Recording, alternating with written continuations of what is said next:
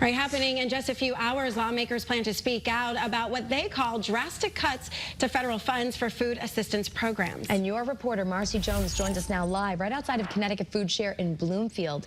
Marcy, tell us who could be impacted by this.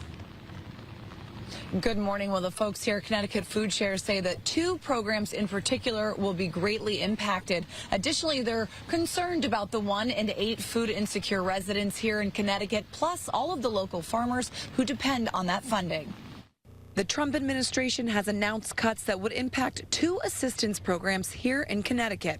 First, the state is set to lose the local food purchase assistance program, $3.7 million in funding, which will impact 516 food distribution locations that source their goods from 131 farms and producers in Connecticut. Additionally, the local Food for Schools program is in jeopardy, which means Connecticut would stand to lose another $5 million in funding that helps schools and child care facilities purchase foods from nearby farms. In response, Connecticut Food Share is asking Governor Lamont to pass the bipartisan bill that would fully fund the Connecticut Nutrition Assistance Program at $10 million.